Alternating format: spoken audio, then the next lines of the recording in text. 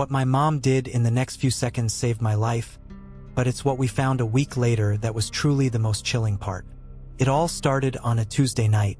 I was only about 5 years old, but some nights, some feelings, they just never really leave you. They become a part of your story, a dark chapter you can never tear out. This one's mine. To really get the terror of that night, you have to understand the quiet anxiety that came before it. My parents had just separated, and the world as I knew it had completely fractured. My dad, who had always been there, was suddenly just an echo in a house that wasn't even ours anymore.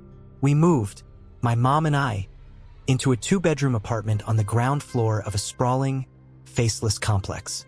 It was the kind of place where every door is painted the same shade of beige and every lawn is trimmed to the exact same soulless perfection. Our old house had been loud and full of life. This apartment was just silent. The only sounds were the hum of the fridge and the muffled noises of strangers living above and beside us. My room was at the end of a short, narrow hall. It had a big window looking out onto a shared patch of grass, and it was filled with all my toys and my favorite blue bedspread. But it never felt like my room. It felt borrowed, temporary. A deep-seated unease settled in my little chest. A constant, low-grade fear I didn't have the words for. It was the fear of the unknown.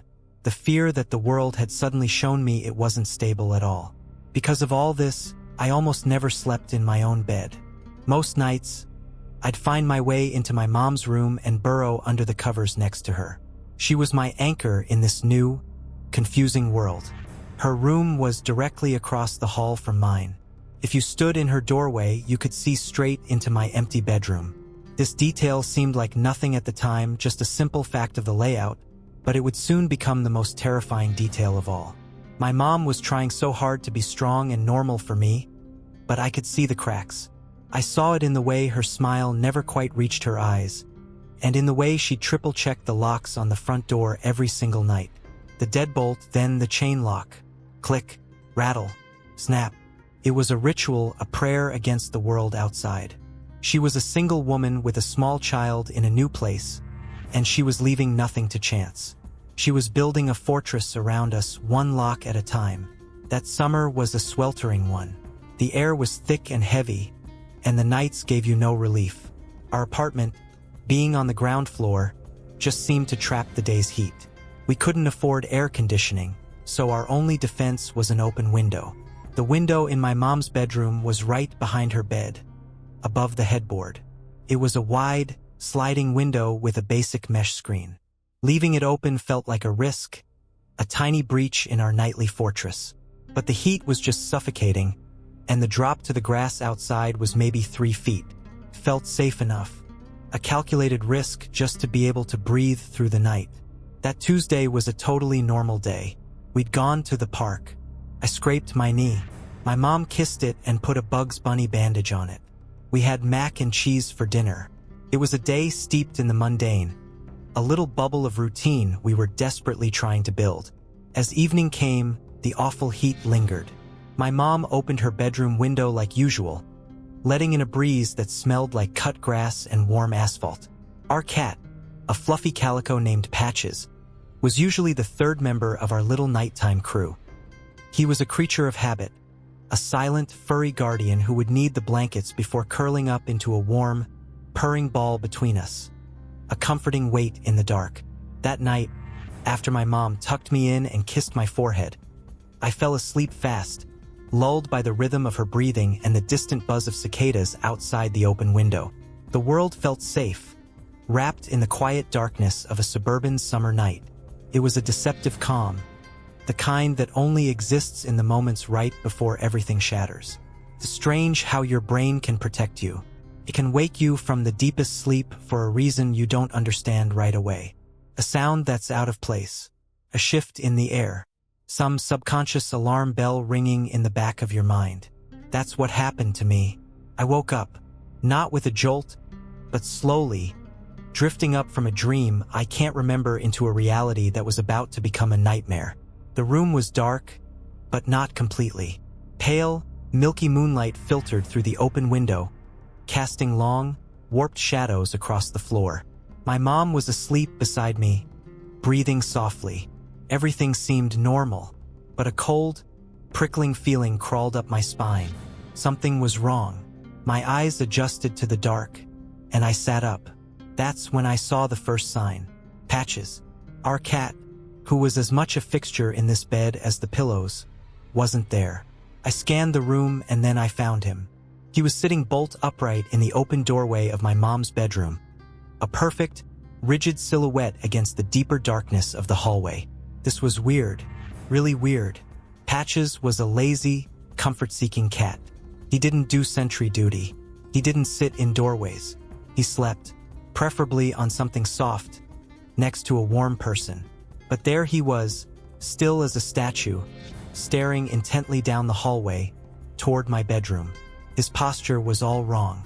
He wasn't relaxed. He was tense, every muscle coiled. His ears flattened a little against his head. I just watched him, my 5-year-old brain trying to figure out this puzzle. Why was he sitting there? What was he looking at? As I stared, he did something that sent a jolt of pure ice through my veins. He let out a meow. It wasn't his usual, "I'm hungry" meow, or the soft little trill he used to say hello. This was a low, guttural sound. A warning. It was a sound I had never heard him make before, and I've never heard it since. After that single, chilling meow, he didn't run back to the bed for comfort.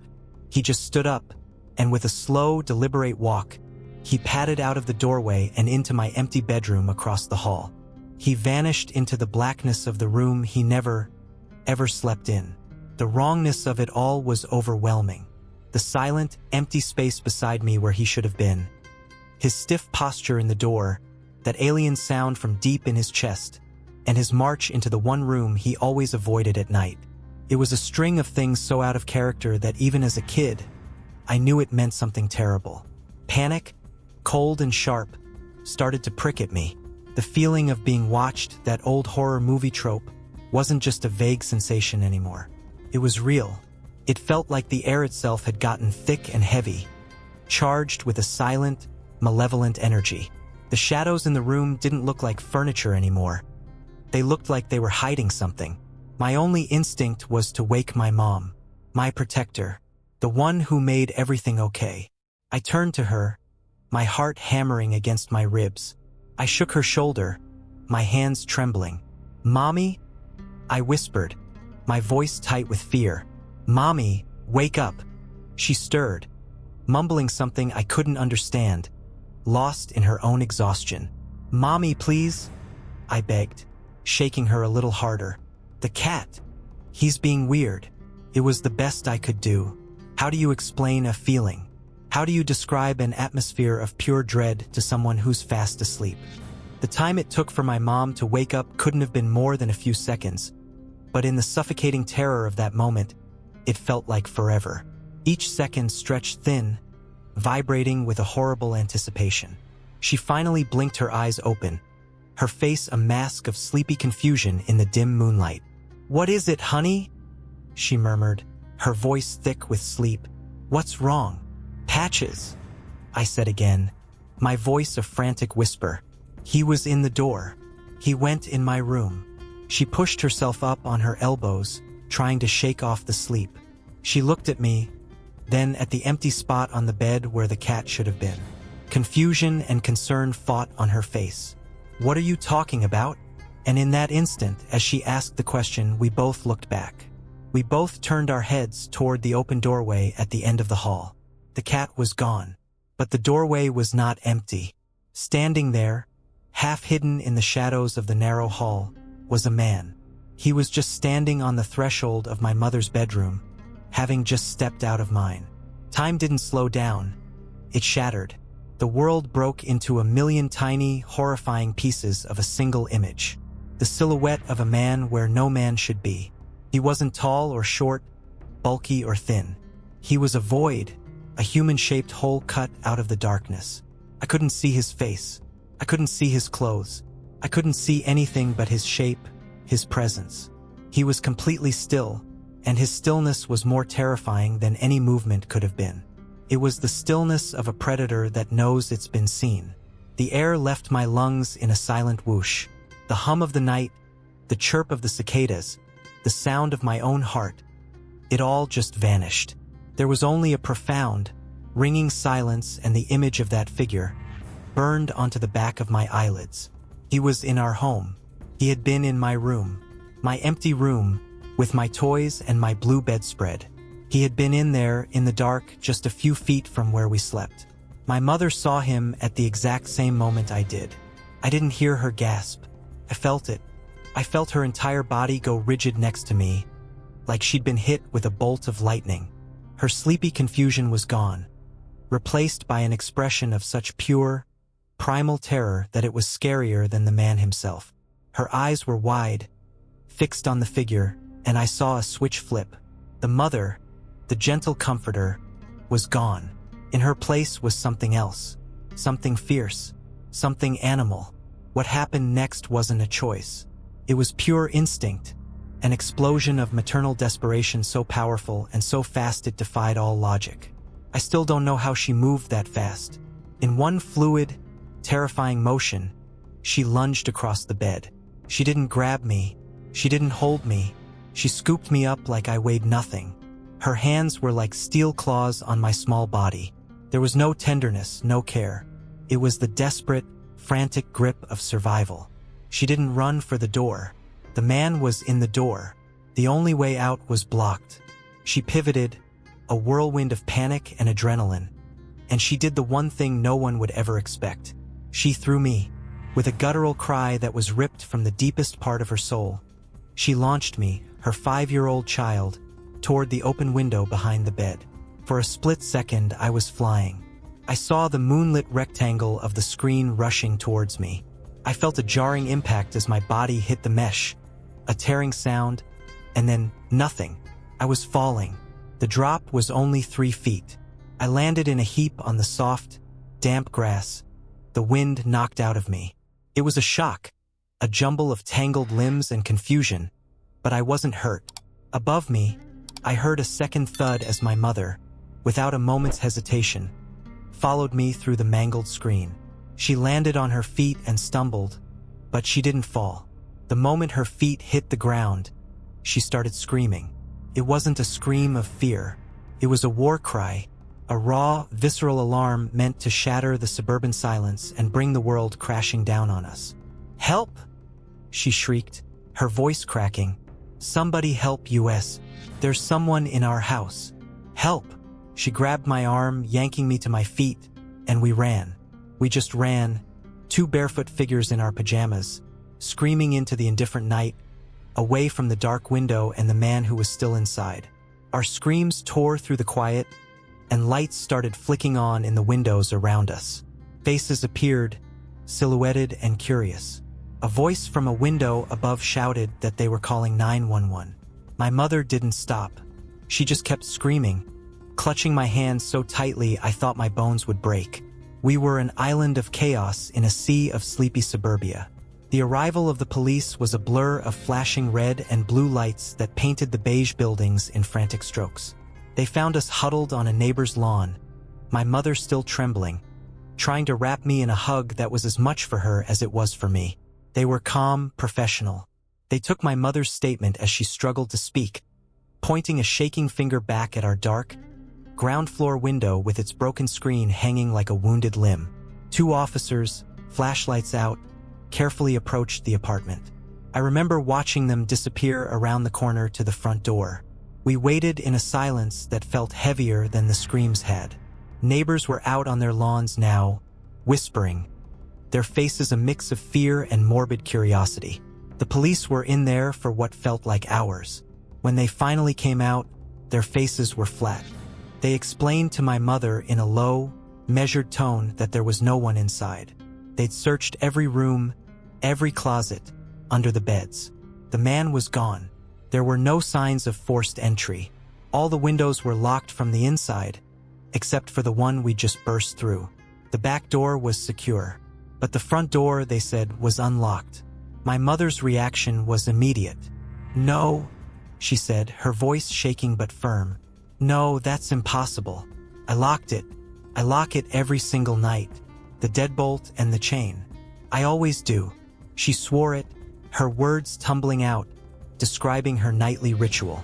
The click of the deadbolt, the rattle of the chain. It was an unshakable habit. The officer listened, nodding, but his eyes held a hint of skepticism. It's a look we'd come to understand. They didn't say it, but they were thinking it. A single mother, stressed, exhausted, forgets to lock the door. A burglar slips in, gets spooked, and slips back out. They figured the man just walked out the front door he'd found unlocked. They took our names, gave my mom a pamphlet, and told us they'd patrol the area. And just like that, they were gone, their flashing lights disappearing into the night. We didn't go back into the apartment that night. We couldn't. The very air inside felt contaminated. A kind neighbor let us sleep on their couch. I didn't sleep. I just lay there, replaying the image of the man in the doorway. My mother sat in a chair across the room, a silent guard, her eyes wide and staring at nothing. The next day, we went back. The apartment felt alien. Every shadow was a threat, every creak a footstep. My mother knew she had locked that door, and that meant the police's simple explanation was wrong. If he didn't get in through the unlocked door, how did he get in? And more importantly, how did he get out? The police's theory was a fleeting encounter, a thief caught by surprise. But my mother's certainty about the locks painted a far more sinister picture. It suggested a level of planning. It suggested that the man hadn't just stumbled upon an unlocked door. He had found another way in. Or, and this was a thought too awful to fully form, maybe he was already inside. This question tormented us. My mother became obsessive, checking the locks constantly. She bought a wooden dowel to brace the sliding glass door and another for her bedroom window. Our home had become a prison we were desperate to secure from the inside. The police had a simple, logical explanation, but it didn't fit. The truth, we felt, was something far more disturbing, and the fact that no one believed us just made us feel more alone and afraid. The man was gone, but his presence lingered, leaving behind a trail of unanswered questions and a chilling sense of vulnerability. This story is far from over, and the most disturbing part is still to come.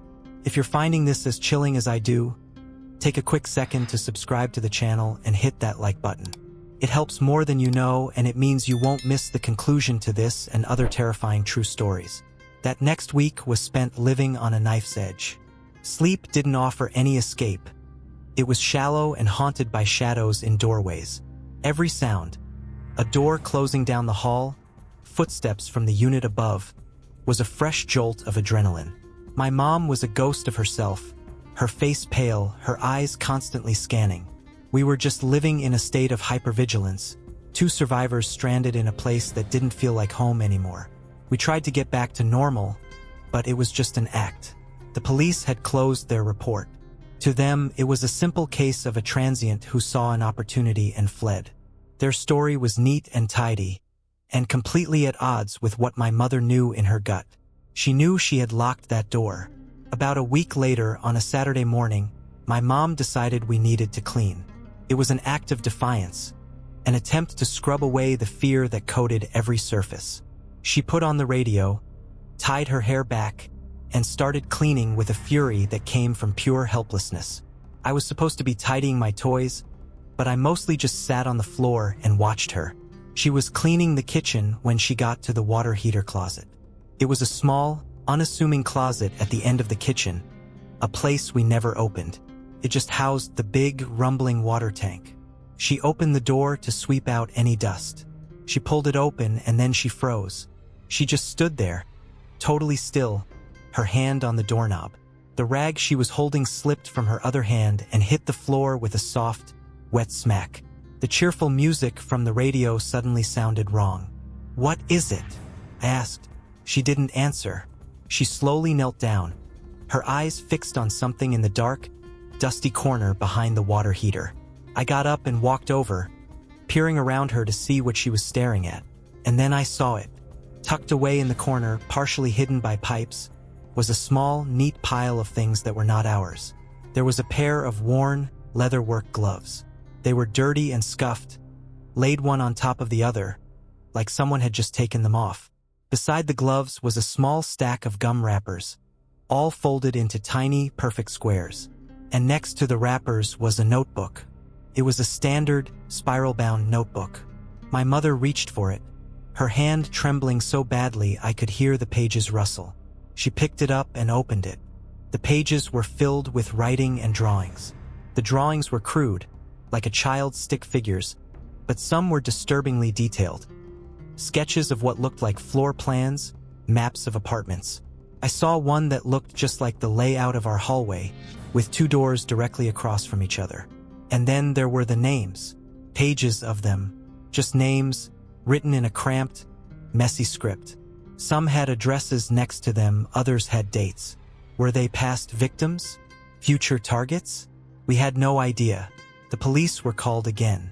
This time, there was no skepticism in their voices. They got there fast, 2 of the same officers from before. They stood in our small kitchen, looking at the items my mom had laid out on the counter.